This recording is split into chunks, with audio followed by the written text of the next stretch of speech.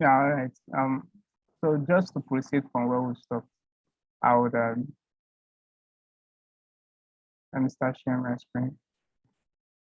So yeah, you were you were talking about the future selection. That let me like re-explain it. So I'll just quickly re-explain what the future selection is all about. Now, in our last this thing, because when we talk about the regression tax, we talked about the future selection being the session where you try to reduce the futures in the data set. And I hope my this thing is clear. Okay, my audio is clear. Where you try to reduce the futures that are present in the data set, all right? And you try to reduce them based on how important or how unimportant they are to the overall data set. So like our data set, what we have here now, there are actually 12 futures. If we were to count the loan ID, we could say there are 13 futures, but we won't be counting the loan ID. And we won't also be counting the loan status because this is the target column and this is the index column. So we won't be counting those two. So basically we have 11 futures now in the data set. All of these particular futures, all the way to the property area. These are the future columns. Now, the concept of future selection is that we look through these future columns and we want to select columns that are necessary, or would I say relevant to the data set or to the task in which we hope to achieve. All right. Now, the concept of future selection is not more than just the fact that we pick specific set of column while neglecting others to reduce the number of futures that the data set, the model will work with, and in the same time not losing information. And what I mean by not losing information here is that we reduce the number of futures, all right? We select a specific number of futures. Let's say out of that 11 futures, we select 7 futures, where the other 4 futures that we drop will not affect the fact that we will still get high accuracy. In other words, it will more like improve that fact, because by selecting those futures, what we are doing is we are trying to drop futures that are irrelevant now, that are irrelevant, not just for in the context of the data set, but to the overall aim, all right, of our model. So basically, the concept of future selection is to drop irrelevant futures. So if you can just put that definition, it's just that simple. The concept of future selection is to select the relevant futures as much as you can find, and to drop the irrelevant ones. So what's the when I was talking about the decision tree classifier and the random forest classifier, I said that both of these models now, they have a way of measuring future importance. And we could quickly, let me say, how future importance is calculated in decision trees. Okay, now future importance is calculated as the decrease in node impurity weighted by the probability of reaching the node. And what all of this big grammar is really implying is that a decision tree works by splitting the decision functions into branches. So just think of it like creating a tree where it says, okay, whenever it says yes, sorry, whenever it gets the value of history to be 0, create a branch for that. Whenever it gets a value of credit history to be 1, create another branch for it. And it keeps separating all this stuff to branches, and as the tree keeps growing, there are more branches and more nodes and all those stuff. So while the decision tree is doing this, he said the node probability can be calculated by the number of samples that reaches the node. So basically what it's calculating is how much samples And maybe I shouldn't really explain this concept because it might be hard to grasp if you've not actually read it on your own. But think of it this way, right? When the decision tree is actually splitting the model, what it does is that for each time it separates or creates a new branch, it tries to calculate how important that branch that it created is compared to other branches. And it assigns a value to each branch, what we call node actually. It assigns a value to each node based on the future.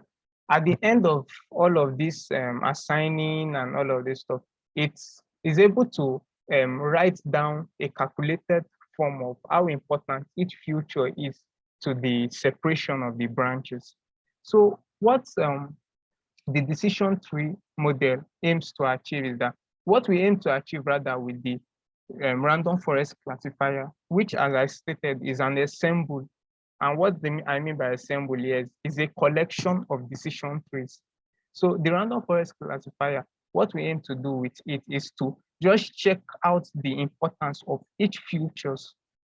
Abi, we label those futures. So we say the future, this is this so and so important, so and so important, and maybe we should just multiply this by 100. So you guys can say, because as I say, everything is in percentage. So gender here is 2% important. That is, it's trying to say how important this particular column is, this particular future column is. Now, gender is 2% important. Married, whether the applicant is married or not, is 2% important. Whether they have people they are dependent on or not is 5% important. That is to our end goal. And I'm still trying this the importance of each futures to the end goal. That is, it's saying it's trying to say this gender is 2% important to determining what the loan status of the applicant will be. That is, in a way, you could say the gender is 2% irrelevant. Like its relevance rate is like 2% to determining whether the applicant will actually get a loan or not. Why the credit history is 23% important to determining whether the applicant will actually get his loan or not. I don't know if you have gotten my point to a degree. So the higher the future importance now of a future column, the more likely it is that we should actually keep it. So that is just the point of what we did with this. So I just showed you a form of checking the future importance now. All right, it's good to know that you finally get this thing. So moving straight to what we're talking about, we've talked about the confusion matrix and why it is the way it is, the actual positive and the predicted value. As I said, the upper band here represents what it's actually predicted and what the actual value is rather. And this is it the left here? The left part here represents what the predicted value is. All right. So this is what the actual value is here above here, and this is what the predicted value is. Now, when the actual value and the predicted value coincide, that is the true positive. So basically, when the model predicted true and it is actually true, it is a true positive. When the model predicts false and it is actually false, then it is the true negative. Now, a situation where the model predicted true and it is actually false, we call that the false positive because the model is actually falsifying the fact that it is positive. All right. And when the model predicts true and it's actually false, okay. Okay, when the model predicts false and it's actually true, we call that the false negative. Now, from here now, this is our confusion matrix. We realize that there's, as we said, we'll just use that image that we have from here of this, the actual being at the top here and the predicted being at the left side here. Now, the actual values that were, let's say, 1, and the predicted values that were 1 was 20. So in a total of 123, it got 20 values that were predicted 1 and it's actually 1. It got 75 values that were predicted 0 and it is actually 0. Then it got 23 values that were predicted 1, but it's actually 0. And it got 5 values that were predicted 0, but it's actually 1. And the concept of confusion matrix can be confusing when you first see it, but over time, when you start comparing this image that you are seeing right here, this particular image, with what we were able to generate here, it will become clearer. That's why I often suggest having, like, taking time to practicalize things yourself. Most of the what I can do in this video is really just like break the point, simplify it at least to the best of my ability. Then the notebook should help you to and act as a form of guide, because I honestly can't always be there and I honestly can't always be precise. So the notebook is there, and then you also have Google. All of this stuff will concept to help you better understand this stuff. But from looking at the image here, you should be able to properly depict what the true positive is, the false positive, the true negative, and the false negative. Because going further in calculating the accuracy and the precision and the recall and the F1 score, we'll actually be making use of all of these statements, this TP, FP, FN, TN. So without wasting much time, let's just quickly talk about the accuracy. So basically, the formula for the accuracy is the true positive plus the true negative divided by the true positive plus true negative plus false positive plus false negative. So what the accuracy does is that it creates a fraction between how much the model got right over the total amount of data. So what it does is that, okay, it says this is how much you got right here. This is how much you got right here, divided by the total amount of data. So we can actually create that formula here ourselves.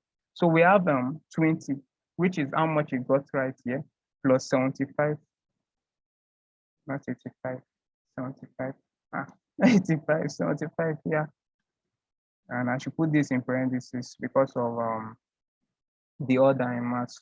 And this will be divided by 1, 2, 3, which is the total number of the testing sets now, 1, 2, 3. And if we were to sum all of this up, it will give us 1, 2, 3. So if we did this, it will tell us how accurate the model is, meaning the model is approximately 77% accurate. And if we were to import the accuracy metrics, so that will be from statement metrics import, and it's called accuracy score, actually. Accurate.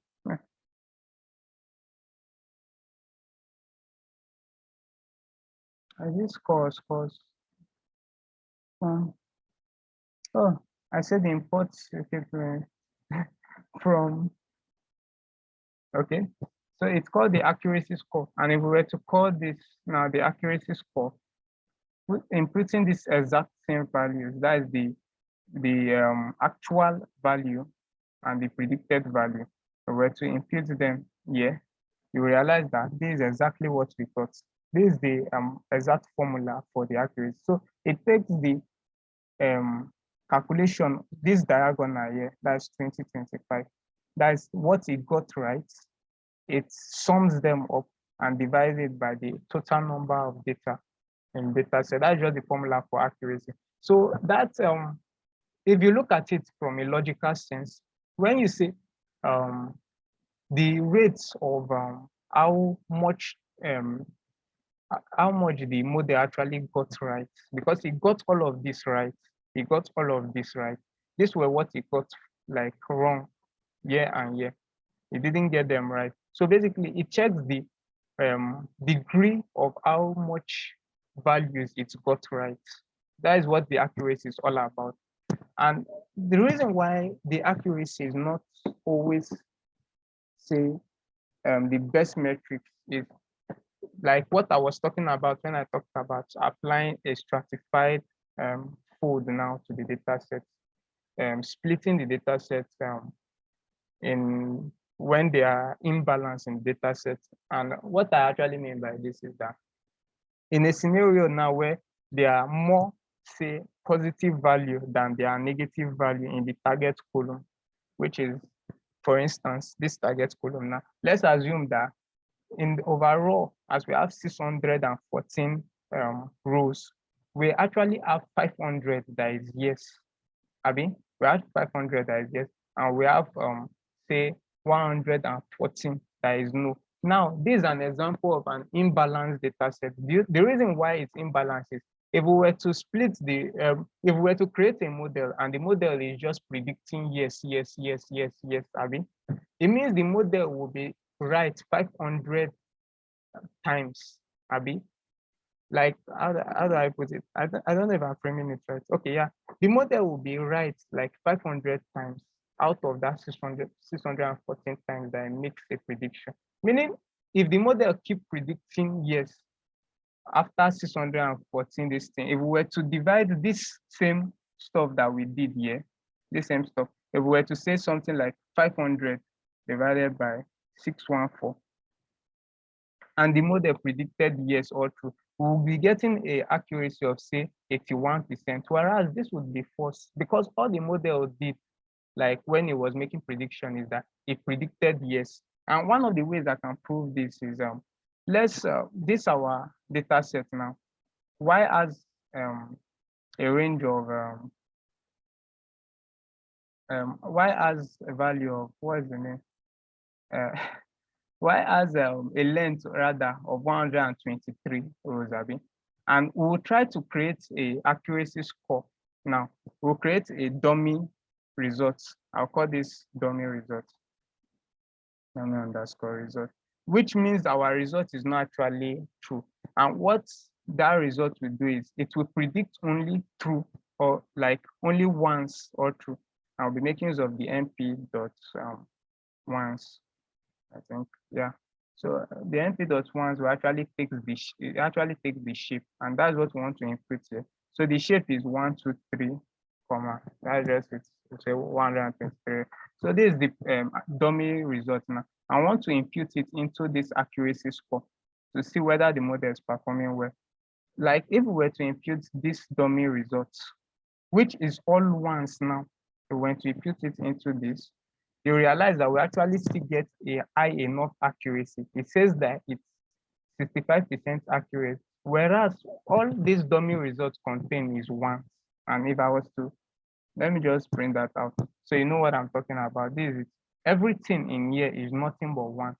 There is no like variation, no zero, no this. So if it keeps predicting a specific value, it will still be accurate because at the end there would definitely be one.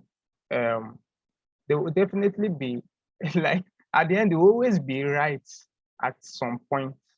So I don't know if I did justice to that explanation, but that's what accuracy is really just all about. Like that is the flaw, rather, in making use of the accuracy metric. So in order to counter this flaw, they actually developed other metrics, and some of the metrics that they developed include the precision and the recall. Now, the definition of precision can be quite vague at first when you first look at it, but over time it starts making sense. So basically, the precision is the quality of a positive prediction made by the model. And what they mean by the quality of the positive prediction made by the model is that the higher the precision we have, the less false positive will be seen in the model. And as I said, it can be really confusing at first, but I'll still try my best to explain it to the best of my ability. Okay. So what precision is all about is, if you look at it from a more is it vocal term that we use now? If you are looking at it from the English terminology, what precision is saying is how precise the model is. That is when it's making prediction. How precise is its prediction?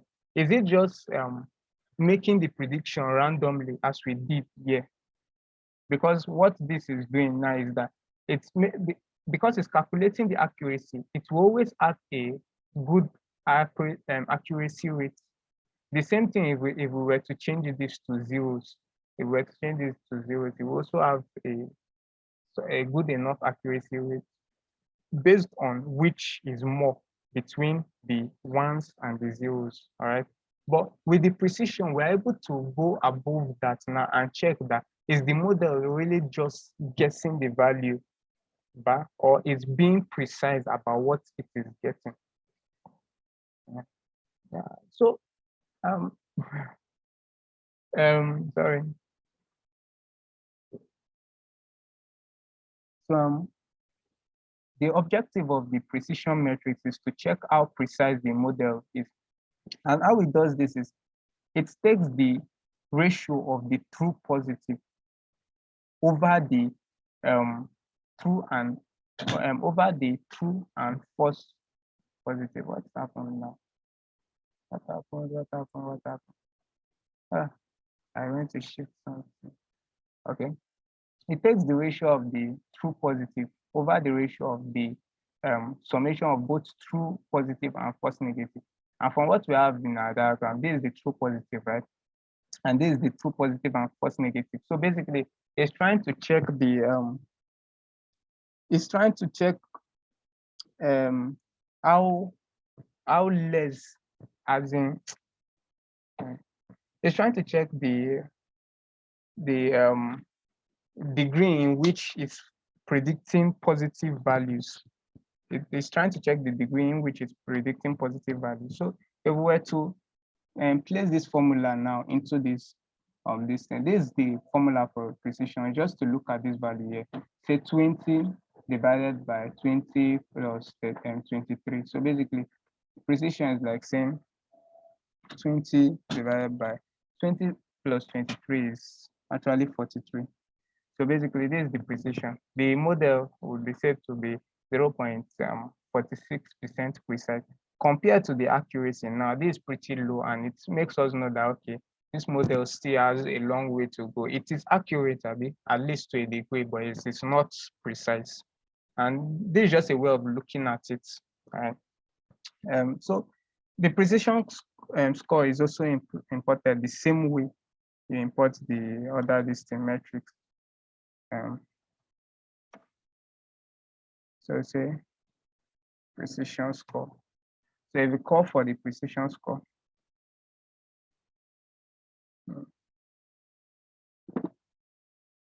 so you say the actual value, which is this, and the predictions.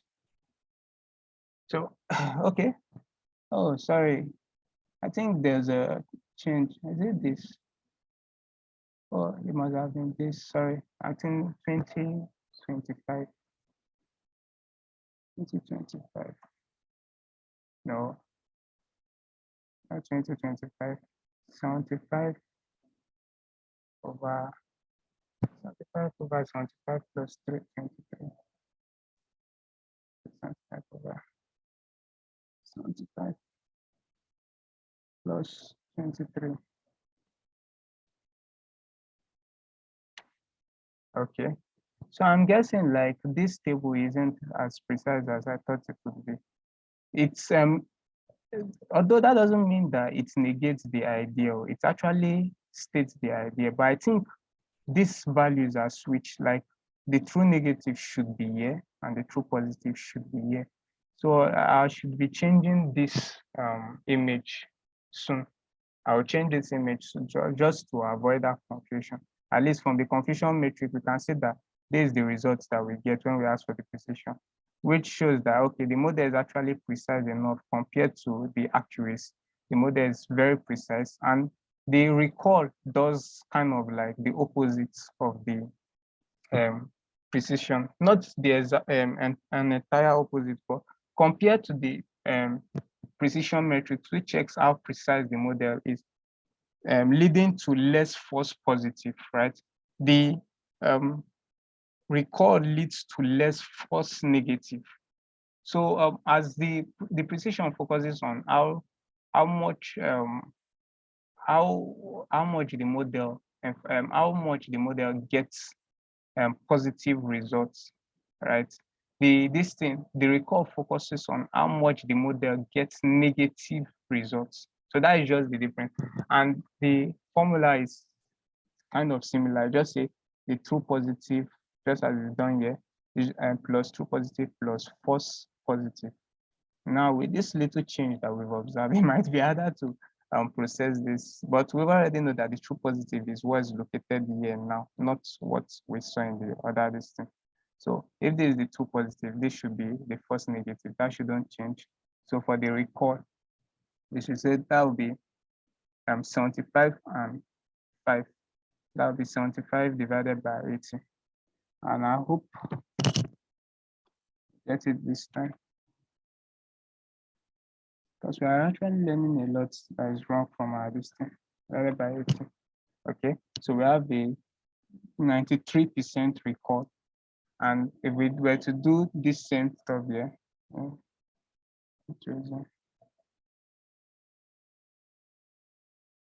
so let's call in the recall the score.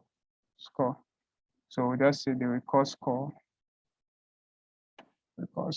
with the actual values and the predictions. We see that we get the exact same value. So that's like a quick overview of the major metrics. So with the F1 score, what we have is kind of the F1 score tries to merge the convergence, the relationship that exists between the precision and recall. And to some degree, it can be regarded as the most precise metrics for actually making for when working with classification taxes now, because unlike just looking at the accuracy, and as we've discussed the flaw of accuracy, it tries to make use of the precision and recall to check how well the model is performing on the true positive, that is on the false positives and on the false negatives. It tries to measure that relationship at least to the best of its ability. You could always practice this particular, you could try out this formula on your own time to see how it works and to see the relationship that exists with the F1 score and all this thing. But it's pretty self-defined. The formula that is, it takes the multiplication of the precision and recall divided by the summation, then multiplies everything by 2, which means that it's most likely not going to be in percentage form, but at least it shows you a degree of how well the model is performing. So okay, I think there's a question here. Okay, so the question is, so what's the difference between precision and recall? So the difference between precision and recall is actually these sections of the formula. Yeah, false positive and yeah, false negative. If you realize, the formulas are actually kind of similar. True positive over true positive plus false positive, and true positive over true positive plus false negative. So basically what precision tries to do is it tries to measure how well the model performs on false positives, all right? And recall measures how well the model performs on false negatives. So that is just the relationship. And I mean, the difference and the relationship between the two of them is just this session here and this session here. So I hope that's cleared the listing. Let's quickly talk about the, I feel like it should be, okay. So it should be the last listing session of the course, because I really want to clear everything today. I'm not sure I'll be available tomorrow. That's why I realized that I'm in so much of a hurry to like break down this concept, and I'm trying to make the video as robust as as detailed as possible, but still rushing everything at the same time. What I want us to look into now is, and I really hope you guys have looked into what the voting classifier is all about. And I might actually spend a few extra minutes again talking about the last session, but one thing I hope for us to talk about is the concept of pipelines. We've already discussed grid search and all of this stuff in our last class on regression. So I have a question. The question is asking me to explain F1 score. All right. Okay, as I said, I really want to talk about the pipelines and column transformers. And that is going to take a while because I also want to talk about the way you could deploy all this stuff in a web platform. But I'll just give you a quick overview. And this, how did I even get this error again? Okay, so I'll just give a quick overview of what the F1 score is really doing. So the F1 score as a metric, the definition here is that it conveys the balance between the precision and recall. There's such a thing, and the reason why I feel I'm getting this question is because you guys haven't really gone through the notebook. There's such a thing as a trade-off that exists between the precision and recall, in such a way that the higher the precision, the lower the recall. The lower the recall, the higher the precision. So there's a form of balance, or I don't think I'll call it balance now, but it's an inverse relationship now that exists between the precision and the recall. And this relationship is what leads to the accuracy too, in the sense that the more precise your model is getting, it can actually get more accurate, all right, based on the situation, and it can get less accurate if it keeps getting more precise, because at one point the recall starts dropping while the precision start rising. And I'll just quickly open, because I actually wrote this notebook to show the relationship that exists between the precision and the recall. So where is all these plots? Okay, so this is what I'm talking about.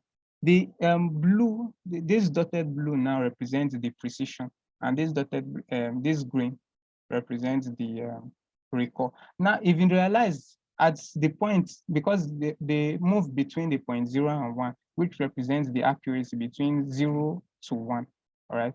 Now, at the point 0.3, this, which is the precision, as the precision keeps rising, the recall starts to drop. And at a point here, you could actually get the accuracy to be of a specific value. And now I know that this is not explaining it to a reasonable degree. As I said, it can be a complex term to explain based on what one is working on or working at.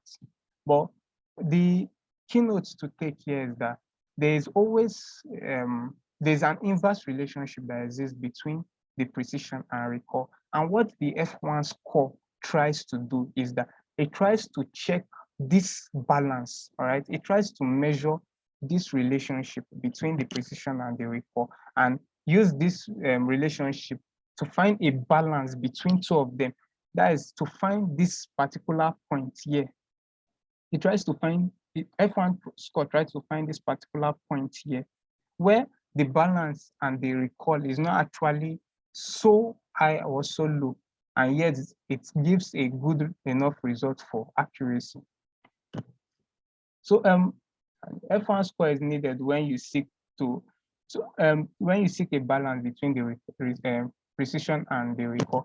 And what that statement actually implies is that you won't always need an F1 score, all right? Except in a situation where the data set isn't balanced. That is in a situation where there are either more yes, as we've described, than there are no, Abi, or there are either more no than there are yes. In those kind of situations now, Abi, you know that there is more of a specific class compared to another. I want to you want to find a balance between those classes. The F1 score becomes a specific a better model, because unlike the precision, which just records how precise the model is, and the recall, which records how good the model is in judging the false negative.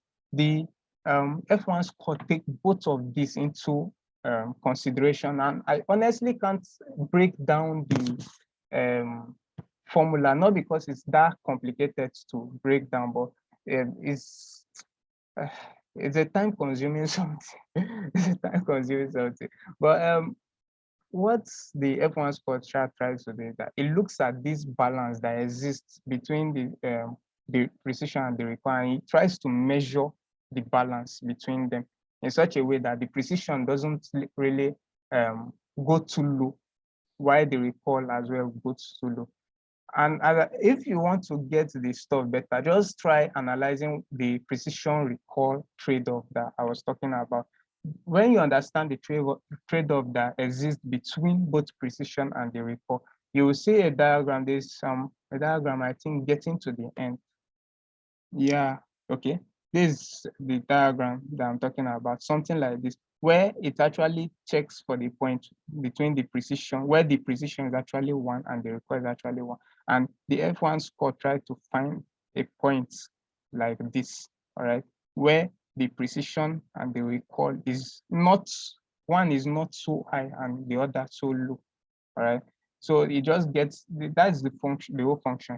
It tries to convey this information to you. That's just the whole function. It tries to convey that information. Trying to see if I actually did any plot that is more intuitive compared to what I showed there. Not sure. This stuff is hard. It's hard. All right. So I'm not sure I actually did any plot that conveys more information. I really wish I did. Maybe I'll work on that. So I'm really sorry if I'm not able to have broken it down compared to the way you would have loved to understood it. Yeah. Why all this error? So this thing will still be going off soon, but before that, I just wanted to like highlight what we'll be doing in the next class so that everything would this is the precision record score. So that everything will plumb when we just start with the next class. Okay, we'll be talking about this particular functions here. Simply input the pipeline. And I think at some point I imported the column transformer at the start of the class. So at the start of this notebook rather. So when we go, before the during the next session, what I'll be trying to explain is what are pipelines, what are column transformers, and why we need them. All right, why we need them, and not just the why we need them, but and how to actually implement them. Because at the end, one of the goal of all of this stuff is that we want to implement a pipeline that will do all of the iterative process of preparing the data, shortlisting the model, fine-tuning the system, and all of those stuff. Once it does all of that, it would generate the result when it gets new data, such as this. And there's a lot of red in my photo. So it will be able to fit the pipeline, and will be able to predict the new value now, making use of that particular pipeline, making use of the pipeline. And the pipeline can actually be serialized. After being serialized, it can be used to it can be used on other applications.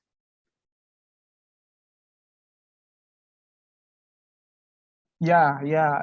Although it's almost impossible to, there's a question here that, so if I have a high precision and high recall, does that mean your model is performing well? Exactly. If you have both a precision and recall of 90%, the model is performing extremely well. But in most cases, that will never really happen. It will never really happen. But if such a scenario do exist, it's the best. It's actually the best, but it will most likely not happen. So I'll see you guys in less than a minute's time.